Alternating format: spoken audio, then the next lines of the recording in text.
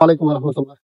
আমি এখন আছি সিলেট সুনামগঞ্জ মহাসড়কর লামাকাজি যে স্থান ওখানে আছি।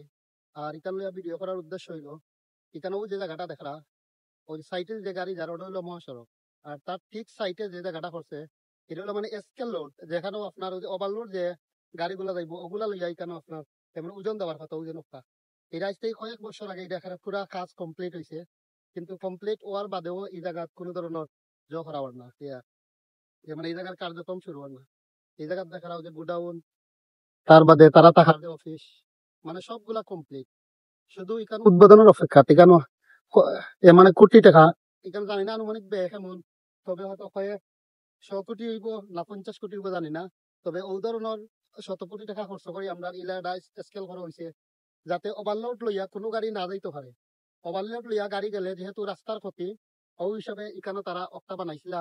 এখানে তারা মানে গাড়িগুলা ট্রাকগুলা যে মাল লইয়া যায় ওগুলা পরিমাপ করইব, কইরা এখান থেকে তারা যে ওভারলোড মাল নিব ওগুলো ওই যে গুদামে তারা রাখবা।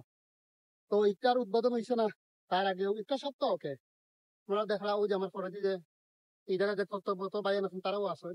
তো এটা কি তার লাগি যে চালু হয়েছে না জানি না, তবে আমার যতটুকু ধারণা এটা চালু না হওয়ার পিছনে মেইন কারণ হইলো এটা যদি মানে চালু হয়ে যায় তখন এই রাস্তা দিয়ে আপনার ওভারলোড লইয়া কোনো ধরনের গাড়ি দিতে পারতো না। এর লাগি সম্ভবত এটার উদ্বোধন করা হয়েছে না।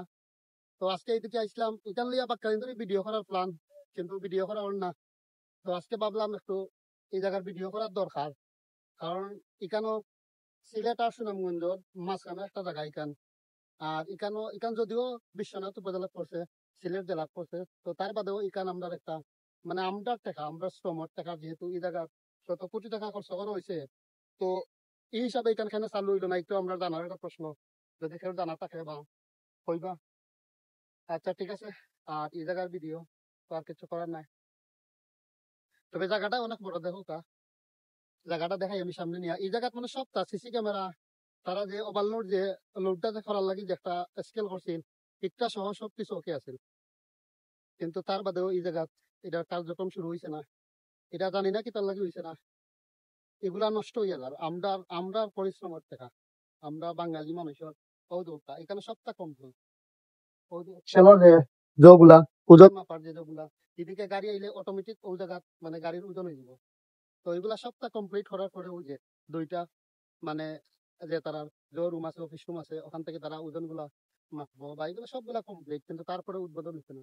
আর ওটাই আমরা বাংলাদেশের সিস্টেম টাকা বাজেট, আমরা শ্রমর টাকা বাজেটের মাঝে হাজার হাজার কোটি টাকা নিয়ে দেশের বিভিন্ন উন্নয়ন লাগানি হয়, কিন্তু এগুলা ঠিক মতো মানে এগুলা করে চালু হয় না।